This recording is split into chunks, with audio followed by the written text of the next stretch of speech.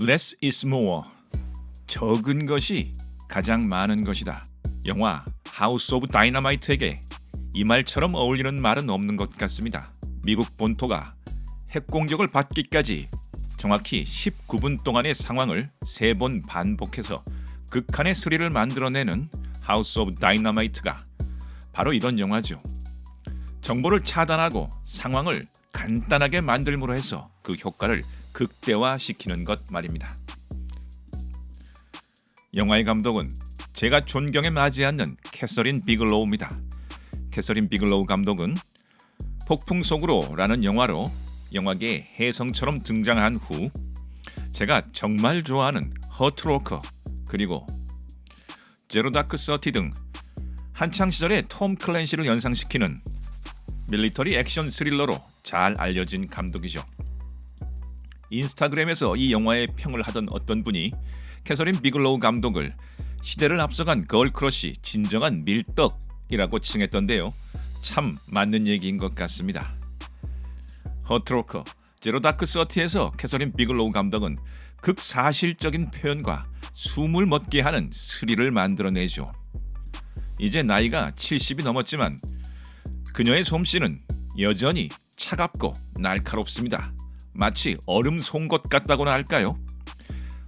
그리고 이번 얼음 송곳이 가장 날카롭고 가장 차갑습니다. 그리고 어떤 의미에서 가장 뜨겁습니다. 하우스 오브 다이너마이트의 설정은 아주 간단합니다. 어느 날 정체불명의 미사일이 미국 본토로 날아듭니다. 미국에 도착하기까지 시간은 겨우 19분. 누가 쏘았는지 목적이 무엇인지 전혀 알 수 없는 상황에서 이에 대응하는 여러 사람들의 모습을 3번 반복해서 보여줍니다. 처음에는 그냥 훈련이라고 생각했고 그 다음에는 늘 있는 북한의 거짓 도발이라고 생각했지만 미사일은 궤도를 바꾸어 미국 본토로 날아들죠. 당황한 미국 정부는 미사일을 요격하기 위해 또 다른 미사일을 발사하지만 그 성공 확률은 겨우 60%. 결국 날아오는 미사일을 요격하지 못하고 미사일이 미국 본토로 떨어지는 상황이 계속 이어집니다. 하우스 오브 다이너마이트는 특이하게도 이 간단한 플롯을 3파트로 나누어서 3번 반복합니다. 이렇게 같은 이야기를 3번 반복한다는 것이 대단한 모험이겠지만 각본가 노아 오펜하임과 캐서린 비글로우 감독은 이 어려운 일을 멋지게 해냅니다. 각 챕터는 각기 다른 사람에 주목하기 때문이죠. 우리는 각 챕터를 지나면서 각 사람들이 이 상황에 어떻게 대응했는가에 주목합니다. 그러니까 첫 번째 에피소드에서 배경음처럼 들리던 한 사람의 절규가 두 번째 에피소드에서는 주 캐릭터의 절규로 바뀌는 셈이죠. 그리고 첫 번째, 두 번째 에피소드에서는 얼굴도 공개되지 않았던 대통령이 마지막 세 번째 에피소드의 주인공이 되어 똑같은 상황을 다시 한번 반복하는 것입니다.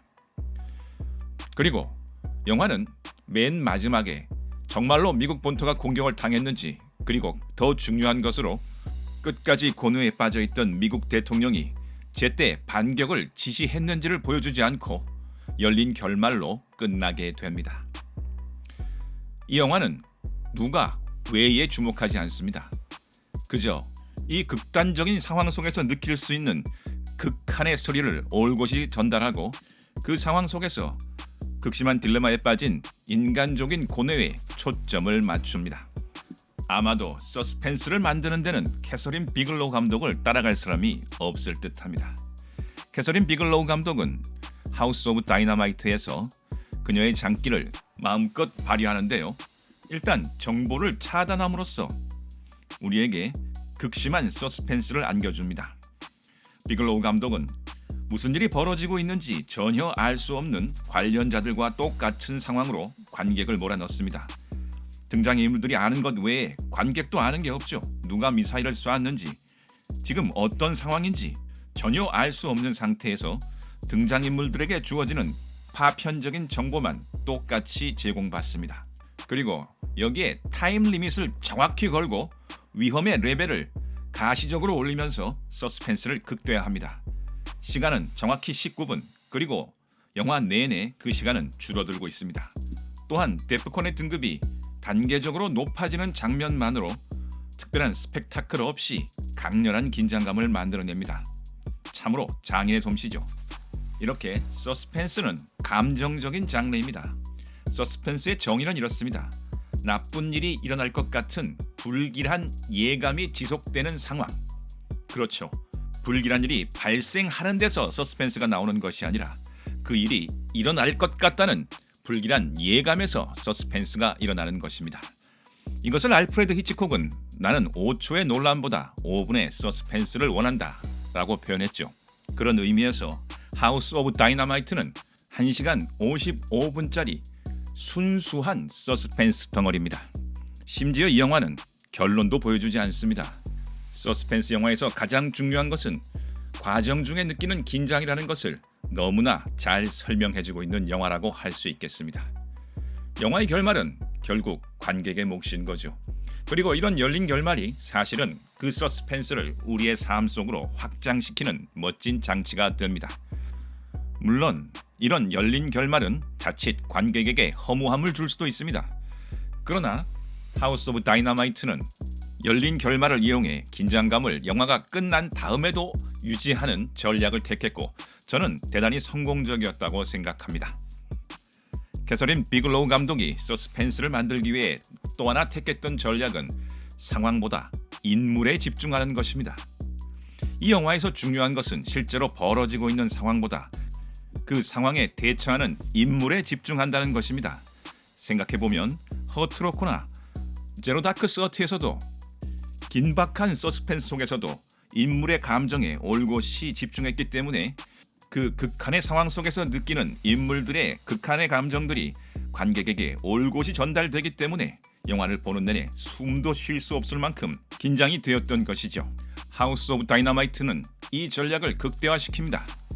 외부 스펙타클이나 벌어지고 있는 일을 과감히 생략함으로써 정보 제한에 의한 서스펜스를 극대화함과 동시에 그런 상황에 반응하는 인물들에 집중하는 것입니다. 주 캐릭터뿐 아니라 서브 캐릭터들, 심지어는 한두 번 스쳐가는 단역에 이르기까지 입체적인 캐릭터성을 부여하고 이 긴박한 상황에 반응하는 그들의 감정성과 인간관계에 집중함으로써 공감과 감정이입을 통해 이 극한의 상황에 대한 우리의 감정을 최고조로 끌어올리게 됩니다. 영화에 있어 인물은 이렇게 사건과 관객을 이어주는 다리의 역할입니다.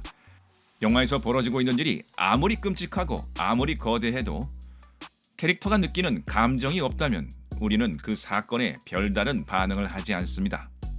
가끔 지구가 멸망하는 대재앙이 발생하는 영화에서도 우리가 별 충격을 받지 않고 하품을 하면서 잠이 드는 것도 바로 그런 부분이 세팅이 잘못되어 있기 때문인 거죠. 그 대재앙을 겪고 있는 캐릭터들에 대해서 우리가 근본적으로 감정이입하는데 실패하는 경우에는 그런 일이 발생하고 맙니다.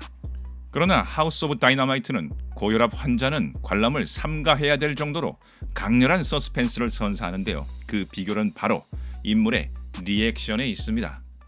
우리가 영화에서 감정을 느낄 때 그 사건 자체로만은 감정이 완성되지 않습니다. 아무리 끔찍하고 아무리 슬픈 장면을 봐도 그 감정을 느끼기는 하지만 그 감정에 대한 결론적 반응은 유보합니다. 그 결론적 반응은 그 사건에 반응하는 영화 속 캐릭터의 반응을 확인하고 나서야 결론 지어지는 것입니다. 쉽게 말해서 영화 속 캐릭터가 울어야 우리도 비로소 울기 시작하는 것입니다. 이것은 우리가 거울 유론을 가지고 있기 때문인데요. 이는 우리가 타인의 감정에 감정이입을 할 수 있는 능력을 지닌 종족이기 때문입니다. 이야기 산업 전체가 이 거울 유론에 의지하고 있다고 해도 과언이 아닐 겁니다. 캐서린 비글로우 감독은 이 점을 너무나 잘 알고 있죠. 그래서 영화에는 거대한 스펙타클이 없어도 미사일이 날아오는 긴박한 장면이 없어도 우리는 상황의 긴박성을 그대로 느끼게 되는 것입니다. 이 영화를 보고 나니 제가 놓친 캐서린 비글로우 감독의 디트로이트가 갑자기 보고 싶어졌습니다. 시간이 날 때 꼭 디트로이트를 보고 다시 한번 영상을 만들어 보도록 하겠습니다. 강렬한 서스펜스를 좋아하는 분들에게 이 영화 하우스 오브 다이너마이트를 강력하게 추천드리면서 오늘의 영상을 마치겠습니다. 지금까지 씬바이씬 열교수였습니다. 감사합니다.